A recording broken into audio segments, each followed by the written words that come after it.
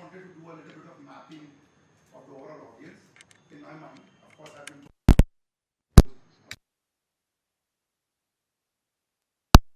So let's just do a little bit of mapping, right? And the mapping isn't of your designations. The mapping is of your general pain points, okay? So how many of you in this room, right, feel that good 60 or 70% of your time on a regular basis gets wasted on things that does not deserve your attention? Ouch, I can feel the pain. Good. How many of you all feel that you repeat yourself too often with your teammates? Good. Those who are not raising hand, congratulations, you are the lucky lot, right? How many of you all feel that there's a lot happening in technology and the AI space, and everybody's talking about it, but generally we don't know really how to get going, how to really use it? I'm glad everybody's raising hand, or else I would have to like, जिनको पता होता उनको यहाँ बुलाते बोले चले साथ में करते sir. Yeah. Talk to me about cost, man. Right? Great. No, cost-effective manner. Absolutely. First of all, I must tell you that no piece of technology, as per Moore's law, has ever remained costly for long. If you are still buying it costly, because some vendor is trying to kind of work around your lack of technology understanding, right?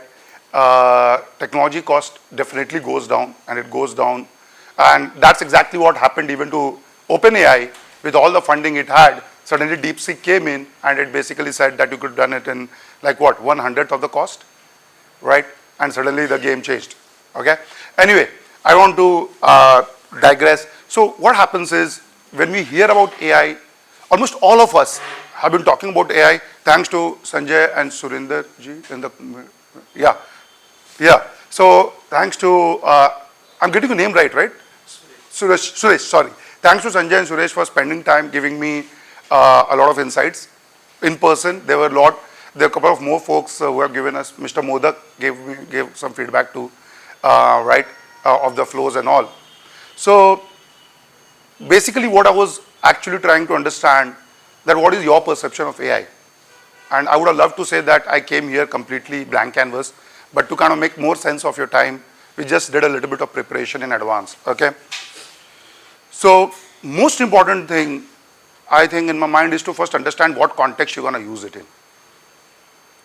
And the best context I could have thought of is being relevant and being productive, okay?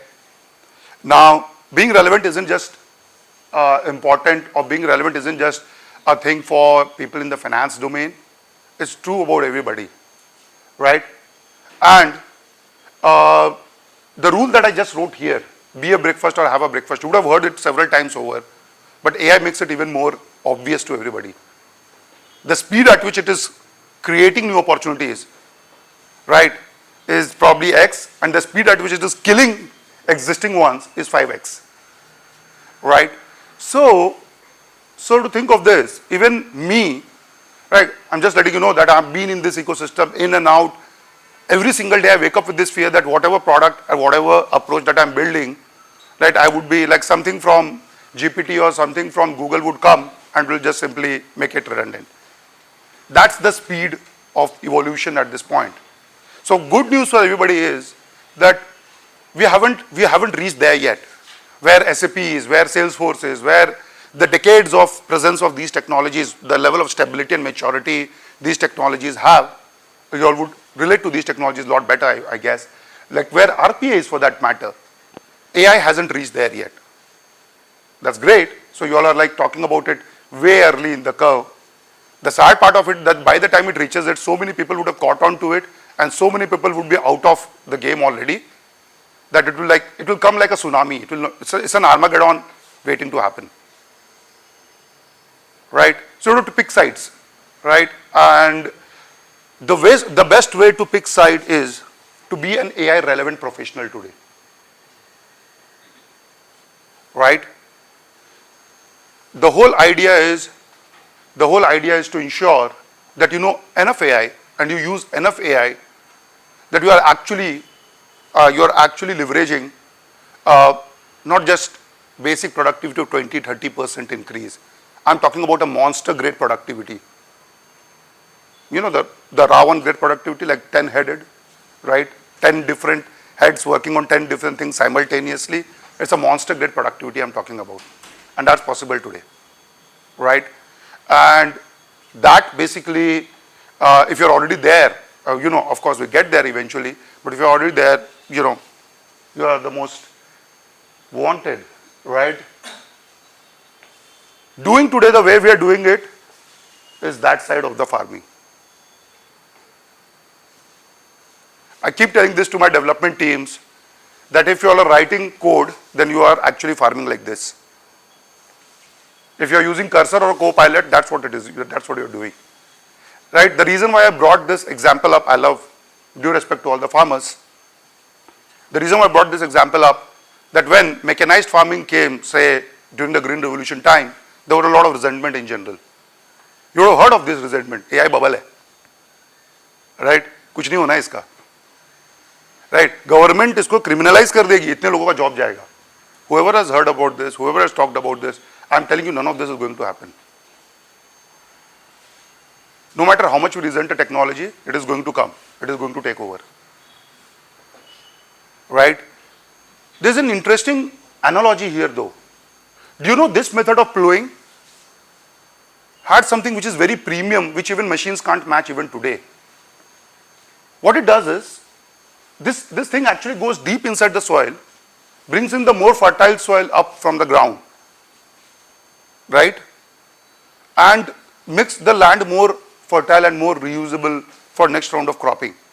You know, does it make sense, right? Which machines can't do as well, unfortunately, yet. Right? And that is the thin underlining difference that still shows the value of human context. Right? But just for that fertile soil to come out, you're still using this? Nah. I mean, that's too much. Right? I mean, I understand. There is a relevance to human context. There's a value to human context, but how much do you want to put on the human context and how much do you want to... See, there's no movie show happening here, bro. Maybe you can get at least...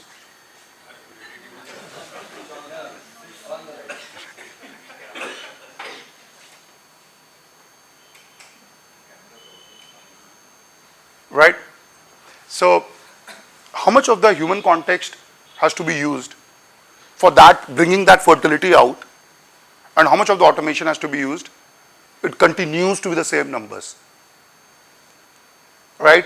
If there's anything I would tell you to teach your kids today and teach yourself today, is to understand the context of how actually the whole ecosystem flows, how businesses happen, how money is made, how problems are solved.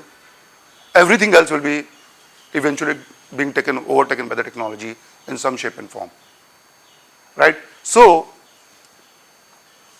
let's just first get the definitions right, and then so a lot of, some of the conversation that actually came, and talking to you all, I was told that we are already using a lot of AI, right?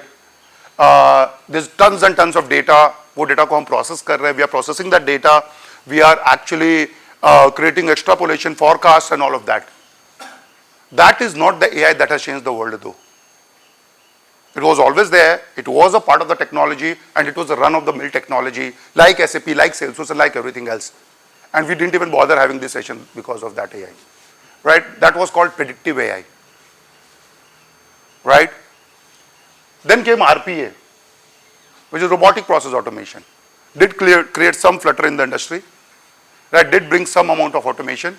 Didn't remove as many people as it promised to remove. Right? Added more software cost. Yeah, this is a recorded session. I don't want RPA guys to hate me. Right? But, and then required a lot of technology folks to be managing it on an ongoing basis. Right? It was never cheap. So it was not cost effective by any means. of imagination, and it was not as intelligent. Merge both of them and merge a human brain grade analytical skills and contextual skills, came the generative AI. That created a flutter. Humans tend to react to some things that they don't understand really too well. Gen AI being one of them. The reason why it is taking everything by tsunami is because we don't necessarily 100% understand how Gen AI is actually operating. Right? And what you'll realize, there will be two things that will happen. Right? I'm not sure if you've seen those memes, right? The first reaction will be, wow, it can do this. And the second reaction, shit, it can do also this. You know what I mean? You'll get the both reaction for the same thing, right? Once you start understanding it better, right? So Gen AI is basically, generative AI is, brings in the capabilities of both, but has a lot more contextual ability. Please remember, do not try to plug in 10 terabytes of SQL database to this or your Oracle database to this and expect it to kind of come up with forecasts. That's a predictive AI thing. And that technology is still very relevant. That amount of technology still needs to be done for Gen AI to make sense out of it, right? Or else the cost of using Gen AI will be prohibitive for you, right? Every time I say cost, I look at Shripad. I'll stop doing that. Anyway, let's do some fun stuff, right? So what can you actually do with Gen AI, right? We're talking about personal productivity stuff such as Granola or TLDV, right? And talk is cheap, seeing is believing. So let's just do this, okay? Somebody wants to give me a WhatsApp call? Yeah, Amay? Okay.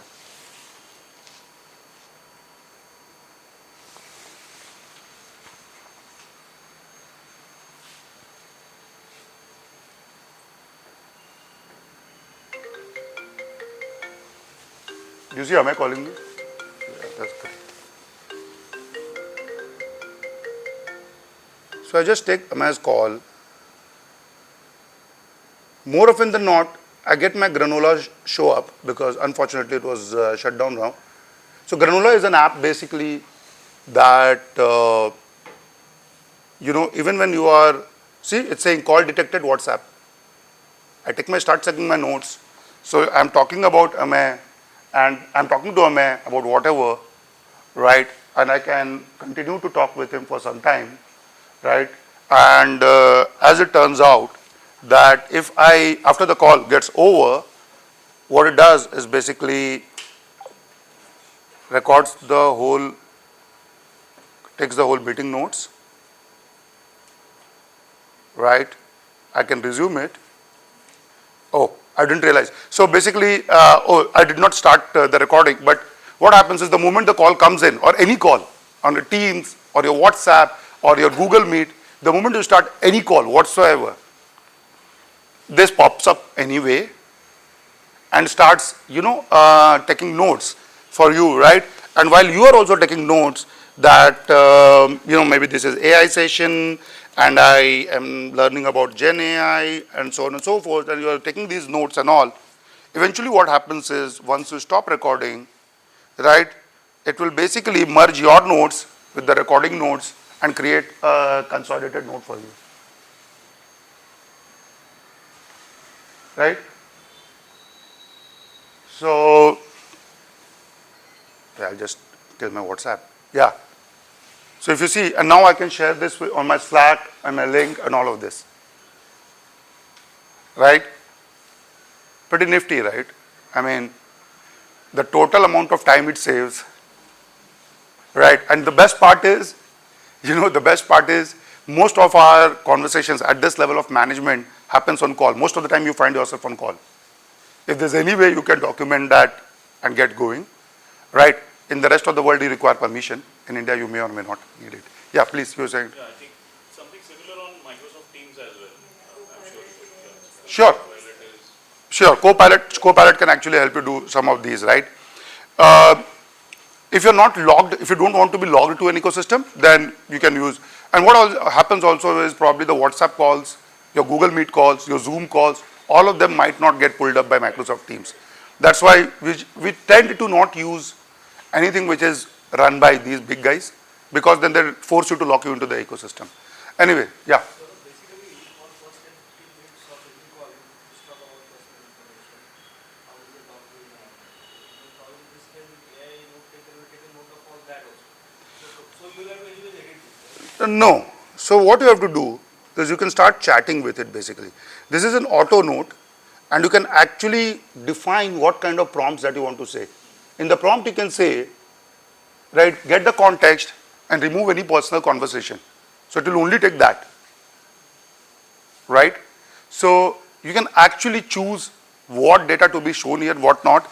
And if you want to make it even more niftier than this, just simply say, what did we talk about Gen AI, and summarize. And it will actually, based on your meeting notes, it will create a new summary, a lot more detailed summary that you can send it over to your teammates. So one point, glad you pivoted to Ground. So while most of us use Microsoft, like what I would presume, and we have Copilot today, taking notes and then generating things for us.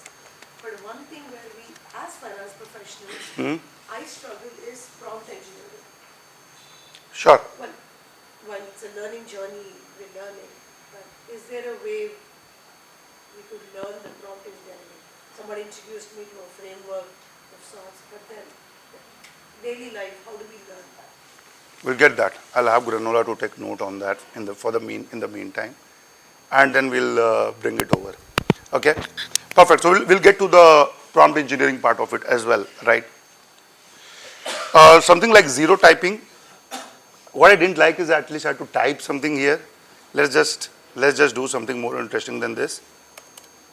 There's an application, so I'm not doing anything. I'm just simply doing my command and flow. If you see, there is a recorder that has shown up here. It's a zero type keypad. So whatever I'm saying, it is just taking it, and I'll just simply put it up here. So you see this in my command and flow. If you see, there is a recorder showing up. So this is Whisper Flow, by the way. Zero type. You don't want to use your keypad anymore. Just get going, right? You're talking, and the total number of times it has saved me in worrying about the prompt is not even funny, right? Is it multilingual? It's multilinguistic. Hindi में भी बात कर सकते हैं, and it can actually pick that up. Hindi को ये इतने अच्छे से ट्रांसलेट मतलब हिंदी को इतने अच्छे से समराइज नहीं कर पाता है.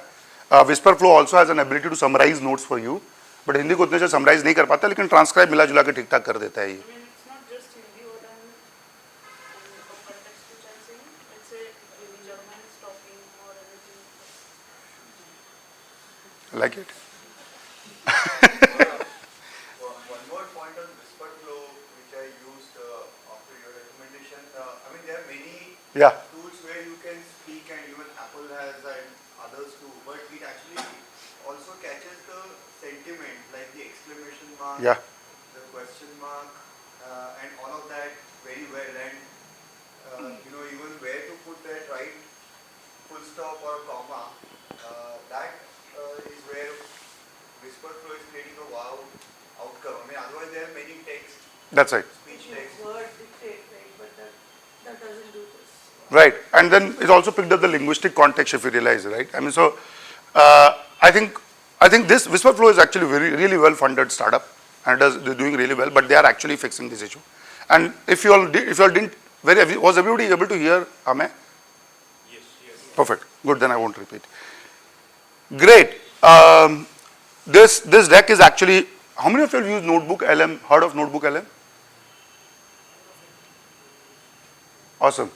I think I'll start excusing Amey going forward.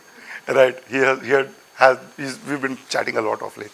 But those who have not used Notebook LM is like actually creating wave in the industry because it can generate podcasts.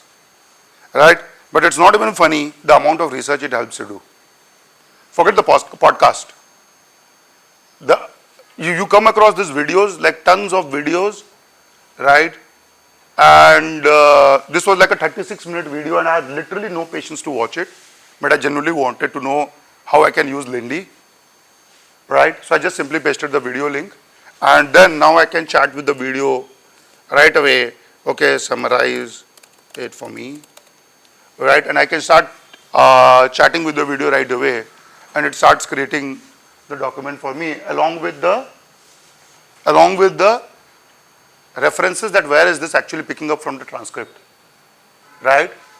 I will talk in more detail about it, but this is extremely useful for professionals like finance professionals, because this brings auditability and traceability. We'll talk about it, right? Let me show you something more fun. You all have heard of Vapi by any chance? Anyone? Not the Gujarat wala Vapi, right? So it's basically almost human grade voice. Welcome to Vappy. I'm an assistant that you can talk to. See my granola shot up. Like a person. So, how's your day going? Pretty good, man. How are you? I'm doing great, thanks. Just here, ready to chat. So, what's on your mind today? Not much. Just trying to tell people how to use Gen AI. I'd love to dive into using GenAI, but before I do, would you mind telling me how you found out about Vappy? I found you online on Google. Awesome. So, about using GenAI, what specific things are you looking to share with people? I'll do that myself now. Thank you. Right. Solid voice grade, contextual ability without any training whatsoever. But then this can actually link back and can start talking and getting the work done. And it literally didn't feel like you're talking to a bot. So if you're still getting recorded calls from people trying to sell you home loans, it's a shame. All right. Yeah. Then there are a lot of other tools. I'm not going to do all of this. Say something called like Vic AI actually does AP automation, accounts payable automation for you, right? If you want to use Coefficient, how many of you use Google Sheets and Excel sheets? Show me a CFO does not use Excel sheet, right? What if I bring everything into an Excel sheet with all these power, technology, everything into an Excel sheet, right? So everything that can be literally brought into your Excel sheet using this platform called Coefficient, right? I'll share this deck with you. You guys can, right, do this. Okay, perfect. So I just wanted to give you some sense of what is happening and what's going on, as if the fun wasn't enough. Do you like these ladies by any chance? Let me show you what these ladies have been talking about me. This one product from this brand literally transformed my skin, and I did it. Can you all hear? I used to struggle with breakouts, dryness, and dullness. I tried expensive routines. Huh? Nothing stuck. Then I found this brand's Oh, no, that mic only gives value to that one. I saw real. Okay, we don't need to hear this. I didn't think furniture could be this fun until Yeah, I it will work. discovered this brand. Unless it creates an echo in the video recording. No, I think she'll be fine.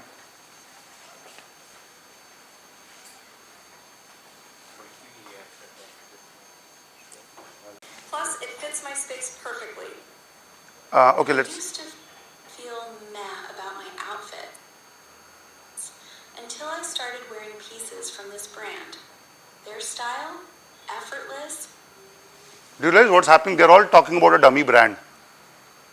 They're all AI avatars. These people don't exist.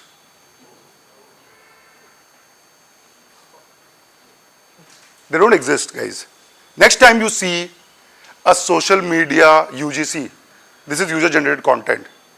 Don't believe it 100%. Right? Because they don't exist. So much so that Your customers are talking, but are you listening? Every page is that's me, by the way. I exist. at every stage of their buying journey, your customers are leading clues. But without the right insights, you're just guessing. Introducing ThriveStack, I never said a single word here. It's my It's my video, it's my avatar that was trained using a platform, and the voice was trained using other platform, and what you're seeing is an overlap with a B-roll on the background. The guy sitting there in the black t-shirt, he did that for me. Right? That's Jayesh, by the way. Anyway, so fun stuff, right? I mean, for marketer and all of that, it is? See, I told you, right? That will be the expression when you start understanding this. It can do this, and sure it can do this, right? Anyway, if you hear this lady, she's crazy. She goes about the whole routine on how to apply a face pack and all of this. No way you won't believe it. But that's for ladies, I'll share it with you guys later. Right? Okay. We can switch this off. Yeah, there you go. Good, great. But let's see this. This was personal use case, pretty solid, right? And you can already see one part of it is fun, some part of it is scary, some part of it, how you make your life so easy, right? But you know the problem, right?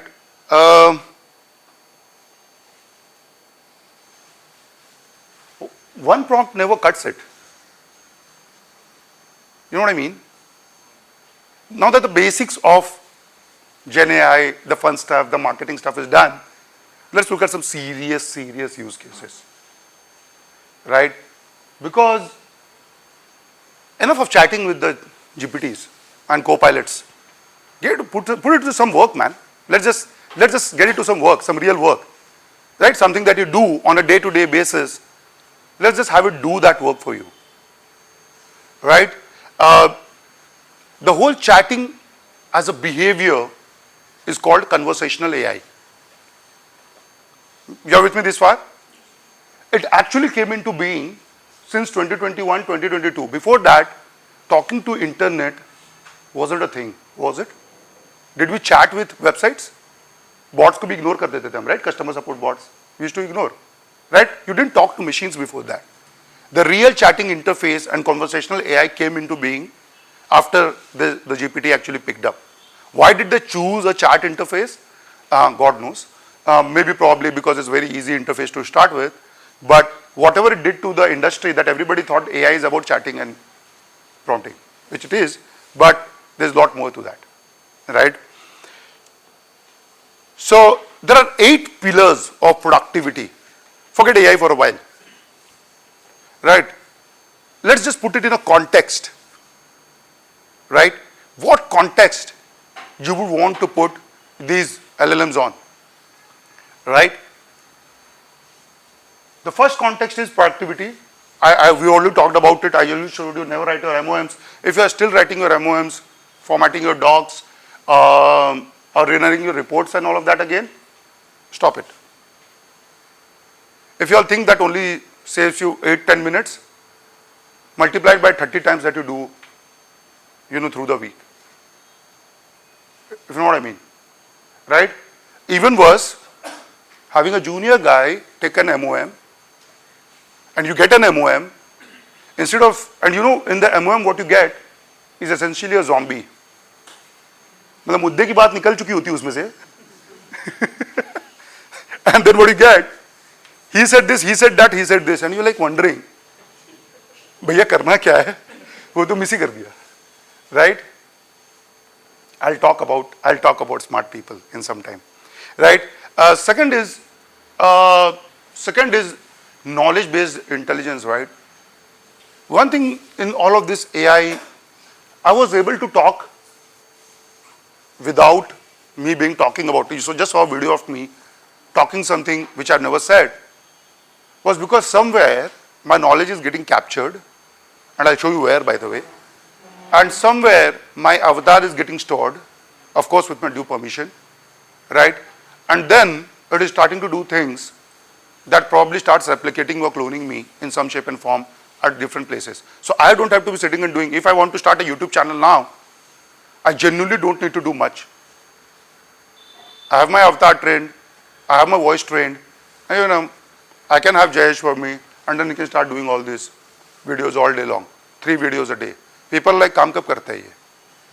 Right? But how do you use your knowledge? Right? That is extremely going to be important, right? So there has to be a way in which you are using the knowledge. The next part of it is upskill.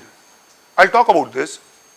And when you see me talking about GL variance analysis, the word that I did not even understand a week back, thanks to AI that I've learned, whatever I've learned, right? Automate, a lot of things that we do on a day-to-day basis, right? How do we automate that, right? And integrate is actually get your softwares integrated with the real work and move the real CRUD work. Research, right?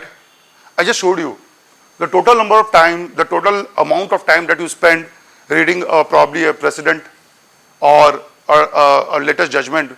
Right now, what you can do is simply upload it here, get the major part of summary, keep it there. Don't have to read all of it today. Tomorrow, if a specific case law you're looking for, just query your database and you start getting specific judgment with that numbers you saw. Remember, I showed you the numbers, references, the traceability thing. They show. Talking of that, auditability, a lot of documents, a lot of MOMs, the total number of times you go back into your own documents to find ये कब बोला था, वो कब बोला था, email में ये क्या हुआ था, and all of that. The amount of time that we spent finding a specific piece of document, right? All of that, document search and all of that is basically now can actually be done using generative AI. And then comes undelegate. The amount of briefing, the time that you spent briefing a team, then getting a response, correcting the response, asking them to redo it again, and then taking one final look and then sending it over. A lot of it can now be automated using AI, right? However, you really need to think of AI like a very, very smart new joinee in your organization. How would you train a new joinee in your organization? How would you train an intern or like a super sharp new joiner in your organization? One thing that you're going to do is you're going to first tell them the rules. This is how we do it, right? You give them the SOPs. Month end में ये करना है, ये 5 चीजें करनी है. This is the existing templates. Use this template, use this template, use this template. Right? By the way, we need a weekly MIS. Here is a template for weekly MIS. This is where you get the data from. This is what happens. You create these rules for them. That is what you onboard them on, right? Rules are important, right? In the AI world, it is also called guardrails. You put a guardrail, and what do you really need them to do? Make sense? The second part of it is, or the third part of it, I'll just jump to the live data dimension. This new joinee never ever works without talking to the external world, right? He'll probably talk to your clients, or maybe the internal clients. He'll talk to the product team, the sales team, the marketing team, collect the data, talk to the management team, talk to teams outside. You have to give, that is where he's getting the live data from. Is that right? Fair? Right? And then comes the subject data dimension. What is the topic you want to talk about? What is the topic you want to talk about? Think about this. Right? You want him to create an MIS for a particular business unit in certain country. You want him to create a deck for a particular management meeting in this context. So the subject that you have to clarify, right? Up kis subject pe aaj kaam karna. Now that the SOPs have been given and the point of contacts have been given to him, day to day he has to execute the work, or given to her for that matter. Day to day he has to execute the work. The subject, the topic, is something that you have to give him to execute, right? These are the 3 fundamental dimensions through how a human workforce operates and how we train them. Is that right? When you actually go this full 3 cycles is when you are actually leveraging AI workforce. Is this making sense? Every time you have been upset with a response from ChatGPT, please don't blame it, because you didn't do all of this.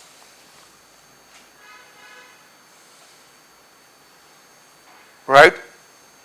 And that is where, a true AI workforce basically is not just a conversational interface. Let's just get some more, technical terms. We'll start getting a little more technical from here. You guys can stop me. There's a concept of RAG. It's called retrieval augmented generation. Right. Now what essentially it does is, people used to say that you're going to tune an LLM. You would have heard of this a lot. Tuning an LLM is like going with a bottle of red water to the sea and trying to put it there and hoping the sea will color change red. Will that happen? They've been trained on like 400, 500, 700 billion parameters. Best you can do is like few million parameters. It's obnoxiously costly to use to train an LLM. Right? People do it. If you were Adobe, and training an LLM only for a specific creative purpose, right? Then it's worth it. And you have that kind of money. And you're building a product out of it. But you're doing it for your own operational purposes, just for productivity, you will never be able to make up the cost for it. And thus came a framework. It's called retrieval augmented generation. What it says is, collect all your data at one place, so your LLM still continues to be there, right? I mean, but you as an organization is now not trying to train an LLM, you are actually creating a knowledge base,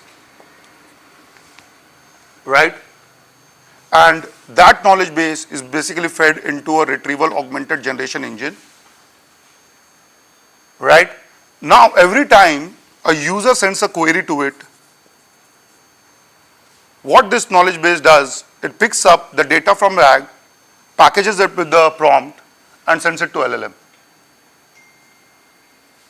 Best part, however, that LLMs have known this for quite some time, that it's impossible to train LLM.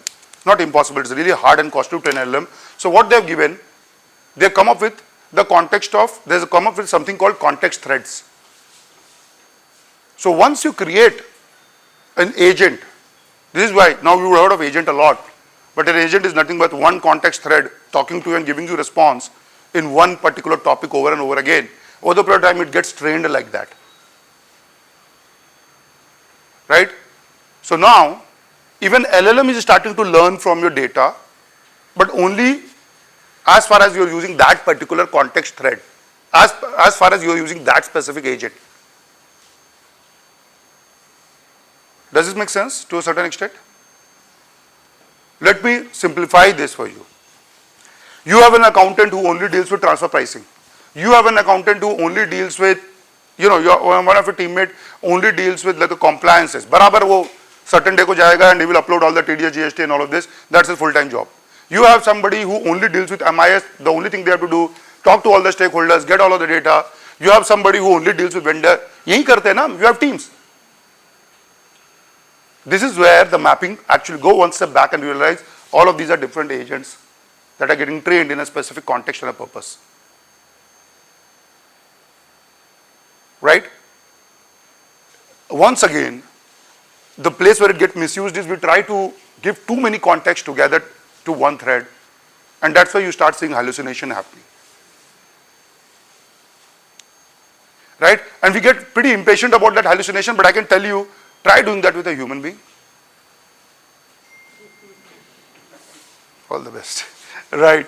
So anyway, let's just now, so with this kind of a learning and with this kind of an AI workforce, what's really possible? Right?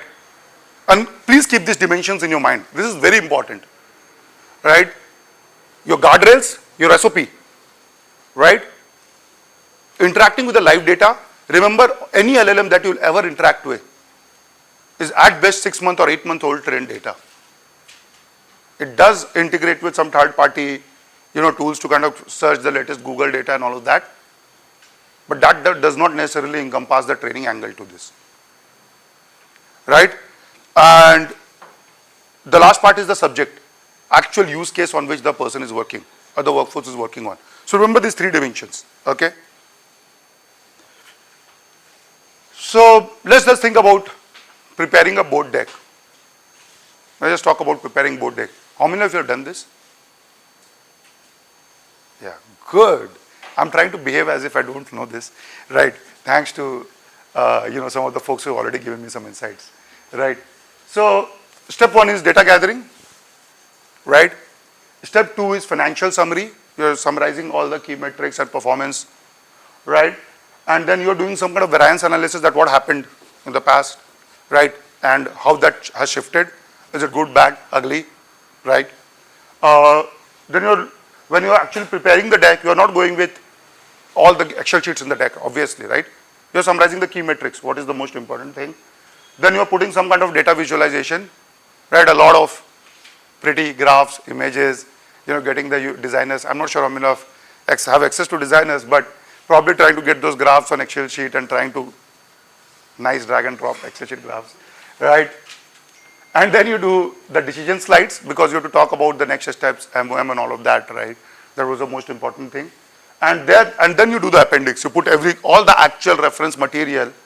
So whoever is reading, if he likes something on slide number 7, he goes all the way to slide number 15, finds out like where all the appendix is, and then he's cross-referencing both of them. This is real, this is today, right? Does it also sound like a history to you now? Already in the context of what we've been seeing this far? Is it starting to sound history to you all? See, you all have already graduated. Right? So let's just 75% automate this. Right? There's too much of data in here. I'm fairly cognizant of this, that there's too much of data on these slides. The purpose of this is not to necessarily, since this will be handed over to you all, feel free to refer this in person. But I'll just simply put this in perspective for you. Did you all remember we talked about the knowledge base, right? We talked about the SOPs, which is the prompts and all the stuff that we're talking about, right? In terms of how to react with the data set and your rules and your systems. And then you talked about the integrations, the live data. We talked about all of that, right? So now just put it in perspective, every single step that we just looked at, every single step, how can that be automated? Right? So pull historical data and pull historical decks to understand the tone. The first thing that happens from a knowledge base is this. What RAG does, RAG, right, that platform that you set up, what it does is basically pulls the historical data, all your last presentations, and gets a sense of the tone and all of it. It also pulls up the feedbacks and all that you may have, as long as you have given all of that, right? So it pulls up all of that. Then it's like, it suggests an SQCA for a framework for, which is like, it's like a framework that basically constraints, like what is the constraints, what are the questions, what are the, summary of the problems, that kind of a framework that it creates. The prompt uses that SQCA framework to start, taking this data and start creating a certain outline, right? You don't need an integration in it. Then, based on the past deck, it scans the past decks and suggests the outline, and then the first slide is generated using prompts. Okay, this is all automated, but even if you do it manually, what it essentially means is having an interface that has already learned from your RAG, right, and is now actually responding with the slide outline as we talk. Now you have to pull the data and you have to validate, right? This is where your integrations comes into picture, right? Instead of you manually going into a specific software or a system or a, instead of you going into a manual product like this, right? It directly pulls the data on the specific filters and all that you give it, right? And it validates whether for that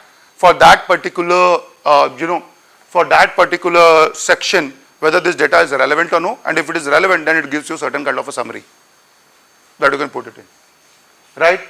And then it automates the slide, right? It basically creates the commentary on the variance, it creates some kind of commentary in your tone and language as long as you've trained it the right way, and then connects to the systems, retrieves actual values, so on and so forth, all the way down to like literally format like a pro. I did not show you guys napkin, but all these graphs that you see, every single diagram from here is created using a software called Napkin. Huh? Napkin.ai. Napkin.ai. Sir uses it a lot. I use it extensively. Yeah, awesome. So I have one advocate, right? But every single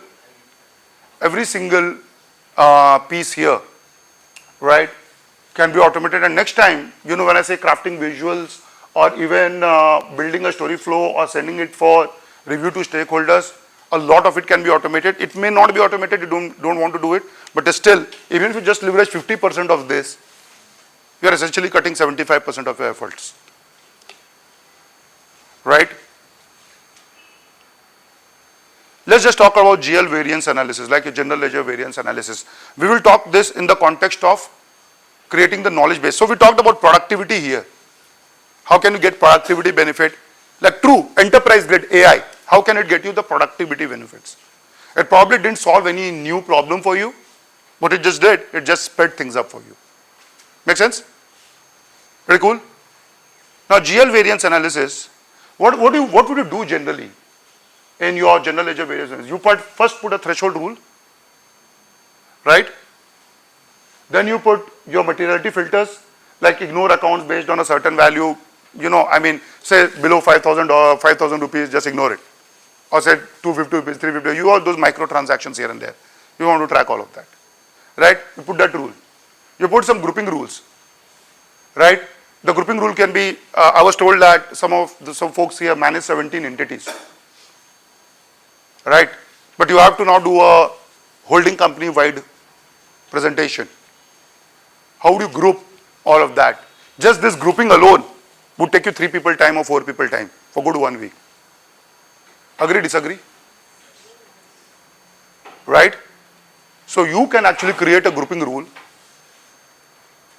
right? You can also actually create a historical context rule. This you have to create. It takes time. Okay? It takes time. The amount of trauma I have given Amey for setting up basic transfer pricing automation is not even funny, right? But it takes time, right? But once you set these rules up, right, this basically goes into your SOP dimension, if you remember, the first dimension, right? Even if I don't do much automations, even if I don't do too much of automation, a basic automation can be simply connecting it to Teams or a Slack bot.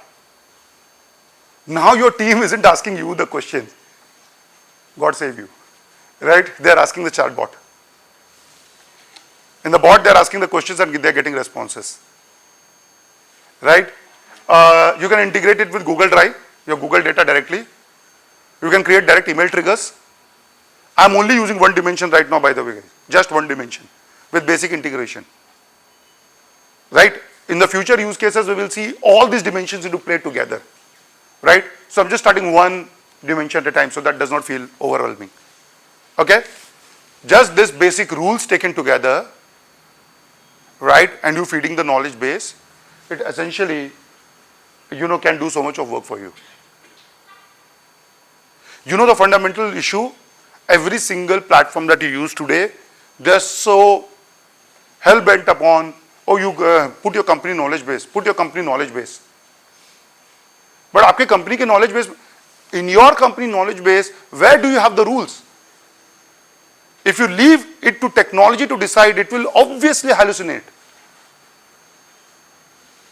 This is the reason why consciously calling out a rule is important. Just uploading a knowledge base won't solve the problem. So there must be people here who would be getting a lot of vendor pitches around, oh, upload the knowledge bases and we will do this, for it does not work. No, it won't. Period, simple. It will take years of training to make it work. You have to keep giving feedback over and over again. Why? Because you have not done enough to define these rules. Make sense? Is this, are you with me? This is the power of rules. Unless you don't give the guardrails, it will keep going all over the place. Make sense? How to even read your knowledge base? right? That is also pretty important, right? So that's the rules that actually does it for you. And by the way, did I hit the point on general ledger variance analysis? Was I making? Yes. Good, man. See? Right. Okay. How do we do? Now let's just think about automate and integrate. Now we are. If I could ask a question on the earlier point, and others, even the earlier one too, but see, in the organization, I work with a particular environment where there are constraints. So I may have a particular ERP, I may have a particular, let's say Microsoft, for example, tool, my own organization security policies. So I, as a standalone finance, I may have limitations in, let's say, pulling out some of this data and defining the rule, which goes beyond the larger framework of the organization. So, on one hand, I want to do it, but then, do some of these larger tools allow me to create these, bridges, if I could use the word. Right. So here's a very simple solution to that. Right? Very simple. There's a point of interface with you and the technology. Kahin to hota hoga. Probably you may not get a direct SAP integration. That would be very complicated. You go to SAP and I want to, this AI plugin I have brought, please integrate. They will say no. IT team will say no. Security flaw. Not happening. So what you get is an login. Download what you want to log in. To an extent, downloading that login does not solve the problem anyway. You get the login, but then you do the processing, right? Now you can bring your AI thing. You know what I mean? If you cannot automate to the last mile, get it to an extent where you interface with the data. And from there it can pick up. It can, a lot of things that comes to you on the Teams, a lot of things comes to you on your mails. You can automate all of that. Right? Have that, you can at least, you have the right to kind of integrate your mail, forward your mail to a mailbox, some kind of an inbox based on a rule. That's a basic rule setup. Right? So you may not get a complete freedom to integrate with all the technology stack here and there. To an extent that you get the access to those software, you can integrate from there. Like I said, just a basic Google add-on or a Google Sheet or a Excel sheet add-on can bring in so much of data in Excel sheet alone. Right? So, yeah. Like I said, some of these compliance issue may not be completely addressed with AI because there's also a fair bit of fear that it is training its own engine. Right? Yeah, sure. In the Microsoft environment, maybe Power Automate is a...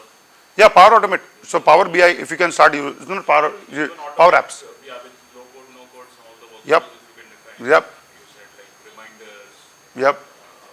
picking up specific emails where the subject line is there. Those are pretty much possible with Power Automate. So Power Automate and Microsoft itself introduced Dataverse, right, which basically on the top of which Power Apps work, right, and you can create these low code, no code solutions and all of this, right. It actually gets a lot of work done, by the way. That's a very powerful software. Anybody? Should we move on? So again, as we mentioned, in this restricted environment, the practical challenge we face is storytelling, while the copilots and the other components gets all this done. But when it gets to the actual storytelling, consolidating, that's where we're still facing the productivity challenge because we still have to go and do that. For example, with Napkin, we generated this great slides, whereas it's a license that I've seen, Copilot does not do that. Or the visualizations that Copilot gives is horrible. With all spelling mistakes and which is non-editable. So that's where, would you have any thoughts to help us in this scenario? Sure. So if you look at basic ChatGPT Teams subscription now, we've been talking about it for some time. It has a very clear disclaimer that says that if you're on certain subscription, nobody uses your data to be trained. Right? They're legally liable if they train with your data. Right? Which I'm pretty sure ChatGPT won't want to get into. You would wish that ChatGPT uses your data so you can sue it for certain $1 million. Right? But it won't basically train on your data. Right? And you can still use that. Right? ChatGPT can actually generate images, and I'll show it to you that real genuine images these days can be generated using ChatGPT. Right? So you can use that to automate. Napkin is almost free. It's a lot of these softwares that I'm showing you is 10, 15, 30, $40 per month. And the amount of work it does for you, the amount of heartache it saves you is probably several $1,000s per month. If you know what I mean. Right, so some of this is very, very, very, very cheap tools, right, able to get started. At an organizational level, that might be pretty complicated for you to get implemented, but at an individual level, you can still get those tools, make them I showed you Coefficient, right? Very simple, easy going tool. Okay, now if you don't like it, if you, the storytelling bit of it.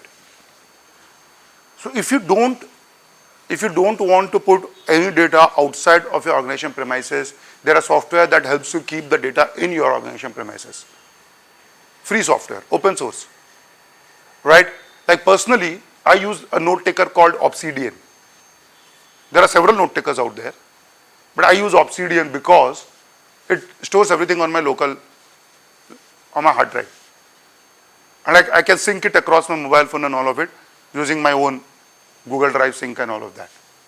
But why would I use it is, even this session is getting recorded and several such sessions, every time I'm talking, all of that data basically eventually gets stored in a specific format.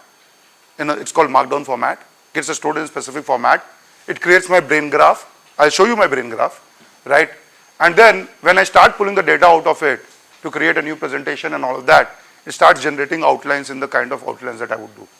Although it will have the tonality of what I would generally pick up. You know what I mean? And this is completely local. It's not on any server. So if compliance is your concern, you can still do this, right? All you need to do is get a permission from the IT team to kind of confirm that, okay, this is not going to connect to internet, bring any malware or whatever, but I would like to install a local note-taking device. That's it, application.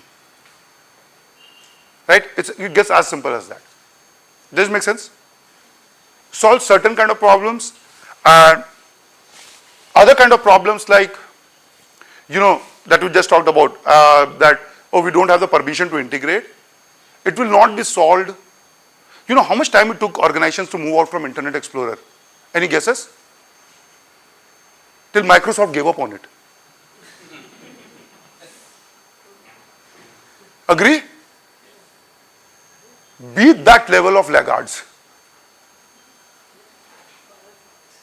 Right? Beat that level of laggard behavior. Microsoft gave up on Internet Explorer. Right? I remember till good 2016-17, when we used to build applications that was going to build for B2B audience, we would do Internet Explorer compatibility analysis. सारी खुदाई एक तरफ और Internet Explorer एक तरफ. Making websites compatible for an outdated Internet Explorer was a thing. Till good 2015-16, I remember, still 17. Say that again? Yeah. See, we only rank, what, 250 in the ease of doing business? Right? Because our government uses Internet Explorer. Yeah. One more challenge that we face, like if you want to adopt anything, initially there are a lot of false positives, and that discourages kind of moving forward with that idea. Lot of time internally when we initiate any such idea, first 3-6 months people support because obviously they want to see the outcome. If there are a lot of false positives, people start discouraging because we spend time correcting data, making production ready. So what's your view on that, especially in the complex situation like this? I will give you a team view and I'll give you a capitalist view. Which view you want first? Capitalist view? Everybody resenting will be out of the team anyway. This is not a technology which is dependent on how a human being decides to use it after a certain point. Like SAP and Salesforce, जहाँ पे manipulation is more like the timesheets that you fill, which is like a manipulation software at its pro max level. You know what I mean?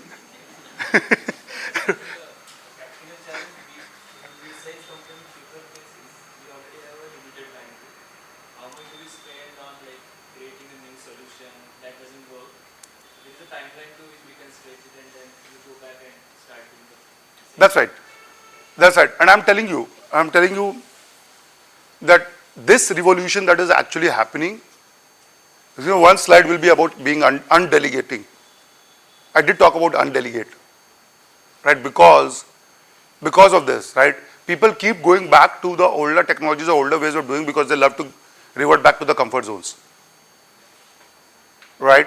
But yes, the false positives is absolutely true. If the false positives weren't true, why would you need appraisal cycles twice a year for human beings? Justify. You require appraisal cycle twice a year for human beings. For us. Does not meet expectations, above expectations, way beyond expectation.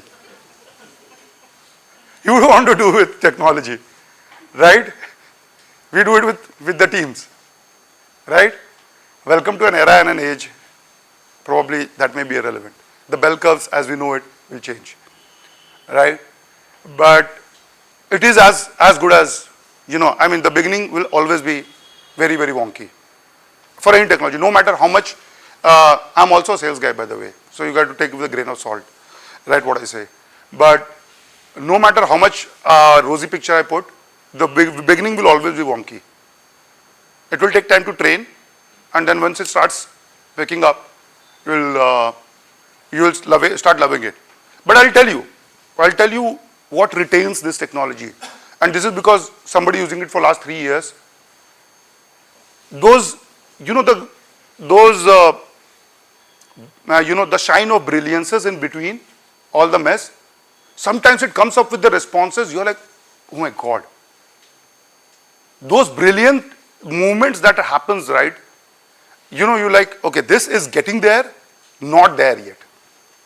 So that brilliance is something when you see, the flare of brilliance that you see one off and on, eventually at some point it will be more consistent. Right? Okay. Okay, let's just talk about fixed asset capitalization. Now I'm talking about a use case where you've literally built now I'm assuming that you have your SOPs and rules built. Every further slide from here assumes you have your SOP built and you have your knowledge base up on a platform, right? And anybody imagining, yaar main to individual hu, mera knowledge base kya hoga? Right? Anybody worried about my own personal knowledge base? I have something for them as well. So please hold your horses, don't get restless. I'll show it to you that how you can build your own personal knowledge base and fall in love with your own knowledge base, right? Okay, perfect. So, fixed asset capitalization, you get a lot of these, the use cases, you get an invoice for 1,000 chairs. And now you have to break it down to assets, like, create those tags for each chair, with one invoice. Or validate that genuinely you got 1,000 chairs. You know what I mean? Right, with a single invoice. How does that happen, right? That breakdown. So when your invoice is updated, the first thing that happens is the OCR mechanism, and it basically extracts the metadata and the data out of the system of that invoice that gets uploaded. It could be a receipt, it could be a challan or something that gets uploaded, and from there your policies are picked up. First of all, your asset policies, that whether it's a capital asset, whether it is a whatever depreciating asset or what kind of a asset that is, those policies are picked up, and based on that your rules are applied. Whatever your thresholds are, how to split it. 1,000 unit of chairs is like individual units, right? Versus 1,000 seats or like 1,000 people seat for SAP. I don't know whether that happens, but 1,000 people seat on a SaaS software is different genre altogether, right? It will be probably capitalized in maybe expense or something. I don't know, right? That may not be a great example, guys. So I'm just trying to kind of contextualize as much as I can. Then after that, what happens is the journal entry is made with a direct API integration, right? Platforms such as SAP make it extremely easy to do so. Salesforce just introduced Agentforce. People are already complaining that, oh, Agentforce is just a jazz and a noise. And no, you don't know how to use Agentforce, right? Agentforce directly integrates with Slack because Salesforce also owns, the same owners, right? So Salesforce is integrating Agentforce. SAP has its own plugins that you can use. So you don't even have to go and create something, you just have to get an activation done. And some of these can directly integrate with just one API key configuration, right? So it's not as complicated as you may think. And then the asset registry happens, right, in the SAP directly. And then you can actually create logging alerts in terms of summarization and all of it. So there's a concept of MCP. I just skipped this concept a little because it's fairly new concept. It has just happened like as we talk. It's not more than 6 months old. That's how new this concept is, right? So you have heard about XMLs. You all seen the CSV, right? Why was CSV even invented as a format when you had Excel sheet? Any guesses? Any guesses? Common format. Huh? I think one common format. 100%. One common format that can be understood by all. Text files, Microsoft Excel, Google Sheets, send it to a technology platform, it will automatically parse and create like rows and tables in a SaaS platform. So that commonality of the platform was very important. That's why CSV was created. Make sense? This far? MCP is called Model Context Protocol. Since there are so many platforms coming, Claude, Llama, GPT, OpenAI, there's so many LLMs. Then there's so many technologies. There's Notebook, there's Notion, there is Teams, there is Slack. Right, there are so many ERP softwares, Oracle, SAP. You can't keep writing an integration for each one of them. And that is where MCP comes into picture. Everybody talks one single language. No matter whatever way, whatever data formats you may have, it will all be MCP compatible at some point, if not already. Right? And once this protocol picks up, like the MCP protocol picks up, right, all these integration issues that we are just talking about will be thing of past, right? So it didn't exist 6 months back, and it's the most funded and most talked about technology in just 6 months. The Warren Buffett way of finding a trend is see where the money is flowing. You know what I mean? We also do the same thing with AI.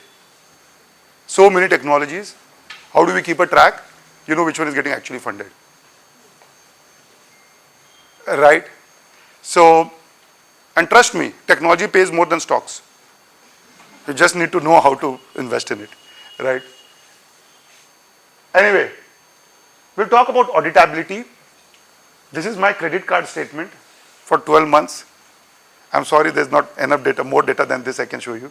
Right, but if you see all the knowledge base and all the database of my 12 months of CSV statements from the credit card, thanks for banks for making it so complicated that you have to manually go and download each month PDF files.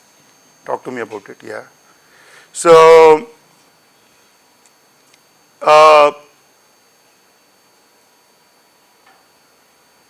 if you see, everything right here, and now if you're wondering what your expense patterns are like, right, try asking it, right? Since I didn't add to the note, say for example, tell me all hidden charges. First question you would want to know, right, from your credit card statements. Let me just zoom this in. This is scaringly awesome. Right? Oh, you're not able to read? Let me see.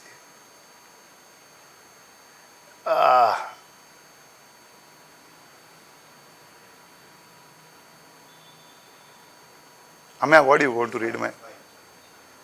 Yeah, is it better?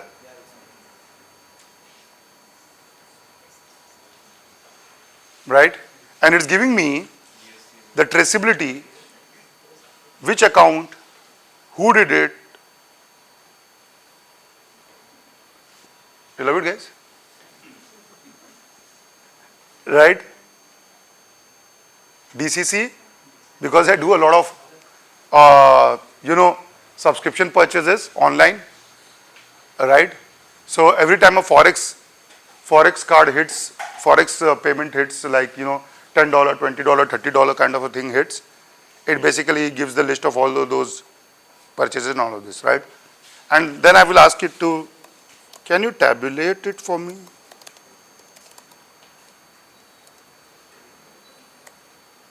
Don't bother. It understands that I can't type English properly. So yeah. Here, your full table. All my hidden charges, like right here. Free. When did I spend this 20? This is 30,000, is it? No, 3,000. Okay. Yeah. Anyway, so, but so much of hidden charge is not even funny, right? But this is, right? I mean, you can use this for variance analysis. You can use this for any number of use cases. This is like a plain notebook implementation that you're seeing, right? So notebook is not just podcast, by the way. It's an extremely powerful, deep research tool, if you know what I mean, right? So, and then think of plugging this with your rules and your knowledge base and everything, like that's on, steroids. Suddenly it changes the game, right? Okay, let's keep moving forward. What's the curfew time? How much time do we have to, so that I'll speed up? We are at almost 11 a.m. Okay, perfect. Perfect. I'm doing well. I think I'm almost done. Okay. Talk about undelegate.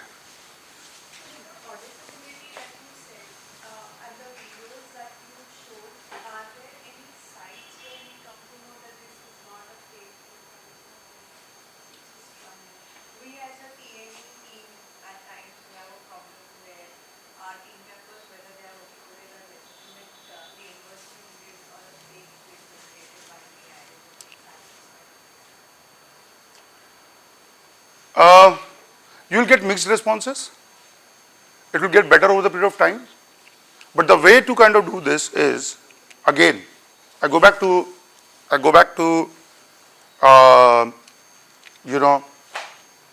the data training and all. For example, I'll give you one simple use case. Rent receipt. Most faked bill on earth. अपने घर में रह के भी rent receipt. Agree? Right? First of all, if somebody uploads a rent receipt of 45,000 rupees, right, per month rent in probably Wakad, high probability that it is fake. You know what context to use in the background? Right, upcoming locality, not upcoming, but it's a pretty cheap locality. If the cost won't go so high for a one room flat. You have this sense in your mind already. A 1 BHK flat would be this size, a 2 BHK flat would be this size, this cost, across multiple locality. 45,000 rupees for a 1 BHK flat in Andheri, you still feel that, yeah, this is right, sort of right? But that context and the training, you don't have to really go and fix it. You have to but consciously ask AI to bring that over first. Add that into your rules first, and then from there use those rules to be able to flag a transaction that this does not seem normal, right? And then ask for more justification, right? So, they are using AI. So the AI has already flagged out that 45 receipt, 1000 receipt to nahi banti. yeah, yeah, and this is exactly where there is no monopoly in AI, I'll tell you. So what Google has come up with is to find everything that gets generated by Claude and GPT. So that if you write an AI blog, it will never rank you. Right? So now AI is fighting AI to know if it is AI. So don't worry about it. We are there. We are fighting also. Right? Like two countries fighting. That's what we do. Anyway, we talked about undelegate, right? Yeah. So maybe this was on unreasonable expenses, but anything on the tampered PDFs, because, while processing mobile bills, internet bills, a lot of tampered bills are submitted as claims.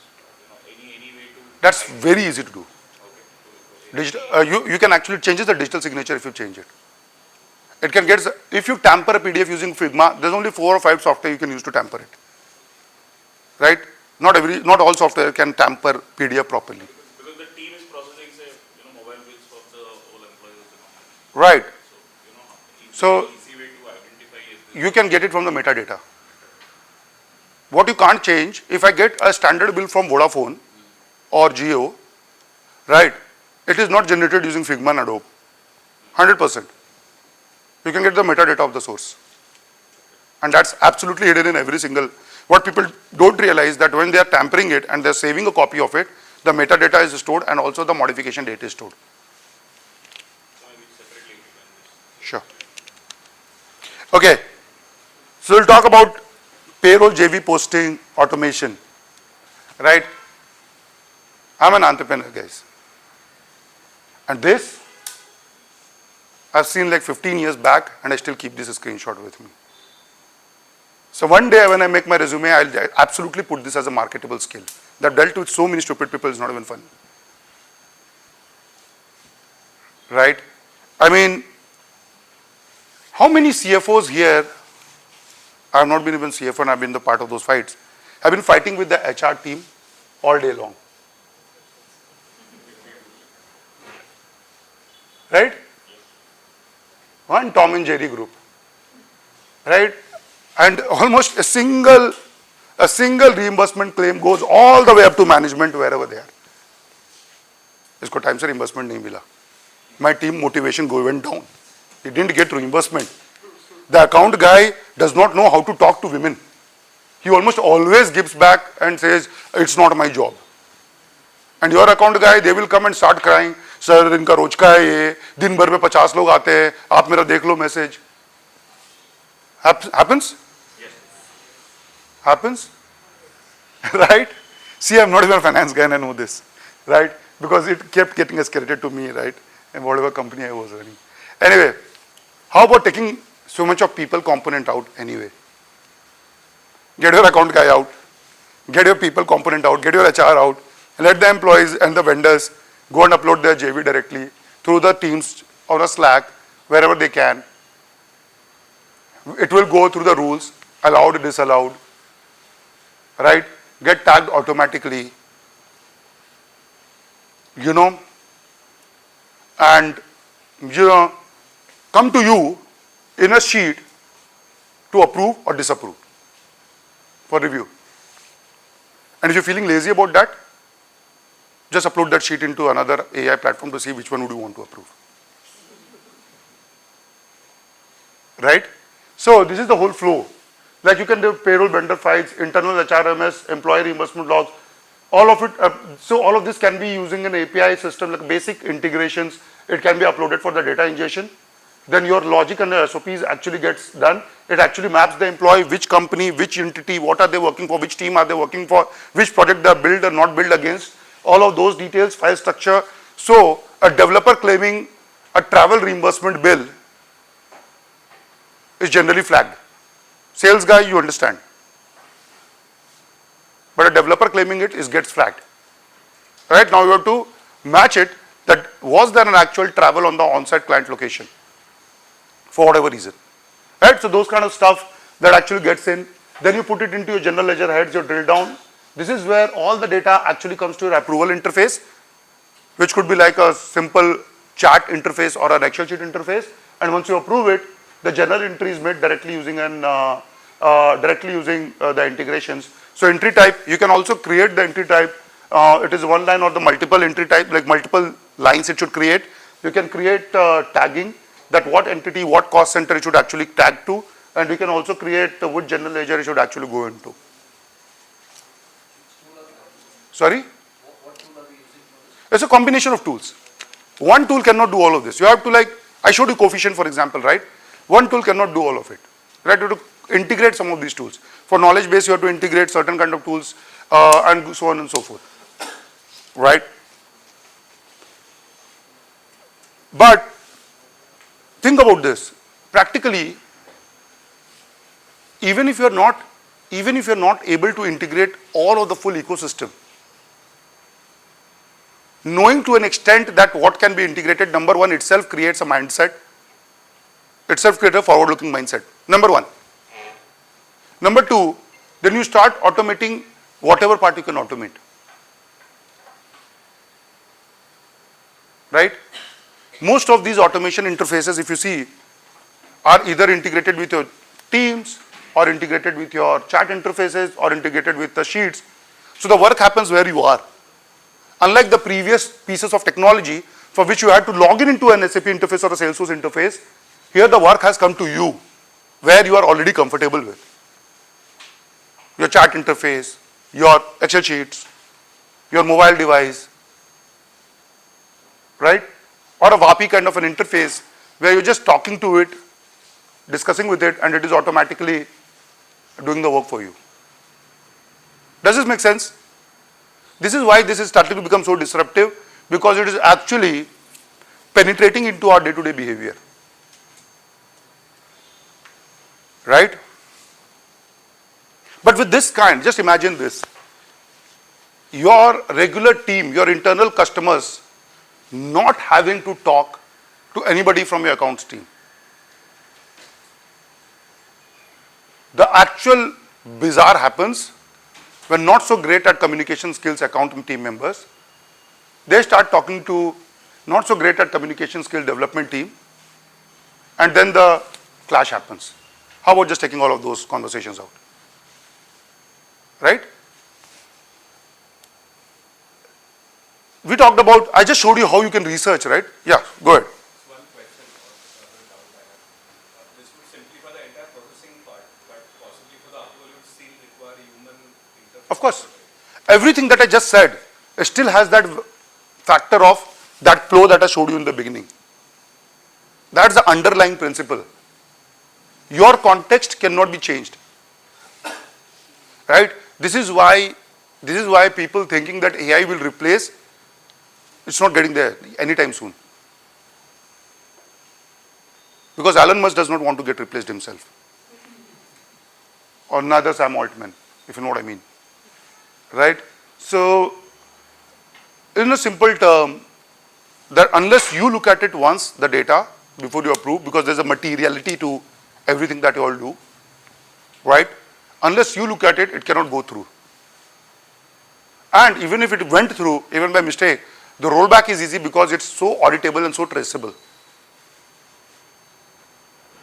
So you can absolutely say which document led to this problem, or who in the system was a mole that led, that passed through an entry that had a vendor kickback actually built inside it. Right? Because of the auditability, so auditable and traceable. So, there are applications. I use this application called OmniCapture, got it built for myself. But there are applications that actually, how many times it has happened that you found an amazing article or a video and you sent your team members, ye padho, ye bada acha hai, and you have not heard anything back, crickets. You forwarded a mail, what a piece of information, groundbreaking. It was only for you. The team is crickets to it. They're nothing. Right? So, you still want the team to follow it. How would you do that? Right? There's a way to do that. Right? Say that? Add in the KRAs. You are not coming out of those appraisal cycles. You decided to do it, man. Right? Okay. So, there's a way to do that. What if I tell you that you can actually Pick up all of these documents, whether it is a web URL that you loved, a podcast, a YouTube, whatever you loved, put it in a mobile app, because most of the time you're reading on your mobile app, on your phone, as you like it. Put it in a phone. The app basically helps you like a scan text, voice memo, whatever. You can just actually choose whatever you can. And the app basically sends all of this data to any kind of an AI that it is integrated in, any standard LLM that it is integrated in, right? Reverts back a summarized version of it, right? That you can send directly to, I talked about Obsidian, right? Here is your knowledge graph. If you want to really see a knowledge graph on Obsidian, let me just show this to you. I don't know what will come up. This is my knowledge graph on Obsidian. Everything that I talk about, everything that I note, think, right? Varity is my e-commerce company. That's why it's the biggest bubble. All the notes linked to it. Some of the other bubbles, if you see, because I do a lot of social media launch strategies, if you can see this is my personal knowledge graph. These are all the skills on the site that you're seeing. Different skills that I talk about, right? Marketing skills that I talk about. All of this data is stored in a graph view. Basically, this is my brain if you're seeing it. A clone, a living brain dump. Okay? And this is 100% local. It sits on my laptop, right? But I have a backup of, and it's basically the structure of this platform is, it sets you up in a vault, basically.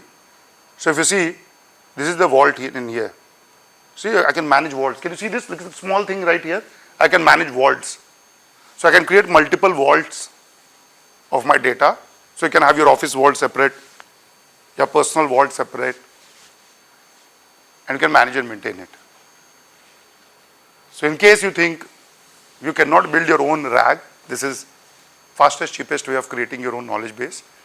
And then connecting this knowledge base, so you can actually directly connect this knowledge base to an LLM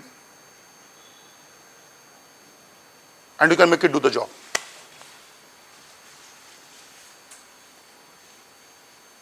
Suppose you just took some notes, that you've been taking a lot of notes, right? So suppose you just took some notes, right?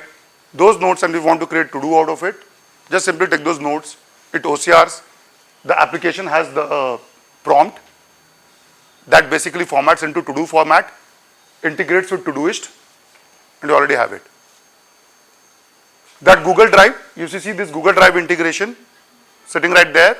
Every single document that you think that your team should know about, right? Get those URLs, put them in this application, right? It summarizes the whole thing, sends it into an organizational Google Drive, right? Where your team can directly consume it. You can start making references of the files. वो जाके देख ले तू, वहाँ बताया मैंने क्या करना है. You know what I mean? You want to take it one step further, put all of this data into your knowledge base, and you can create an integration like this. So they are talking to all the best practices and everything, so they are chatting with your best practices. So next time when they want to know, hey, what is the new law about this? Why don't you ask your Slack bot or a Teams bot? I have uploaded an article for it. It will not just refer the article, it will also give you the summary of it. And hey, by the way, I sent it to you as a mail last week.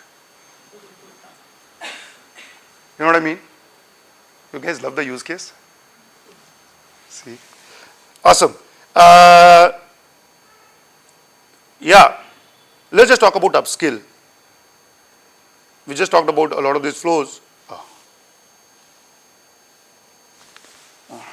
Sorry, 1 second.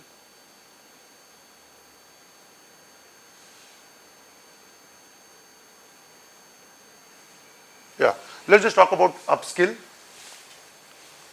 Today, in today's day and age, you can become a T-shaped professional. All this while, I've been talking so much about finance without any clue of understanding a lot of these things. How I learned all of this?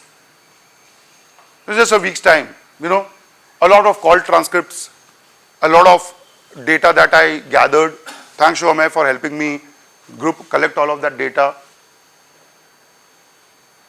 Right? And now, if a marketing guy comes and tells you, ad bill itna hi aata hai har baar, you can't do anything about it. It's what Google charges, we don't do anything about it. Now you know how to deal with ad bills. You can train yourself in marketing, you can train yourself in people, HR skills, you can train yourself in investor relationship management, which most of you already do, but you can train yourself in technology. Let no technology guy come and give you, jargons that you don't understand. While you are extremely good at finance operations, which is like the depth, you can train yourself across the breadth of these applications while you're extremely good at one particular skill. Right? So the days of people fooling around and giving you BS just because you don't understand technology, and the days of you doing a disservice statement to yourself, hey, I'm not so tech savvy. This is the most self-disservice statement that I've heard of. You're sitting on like, what, 200 Mbps internet connection using the topmost phone connected to some of the latest and the greatest AI and the voice technology, and you call yourself not so tech savvy. Right?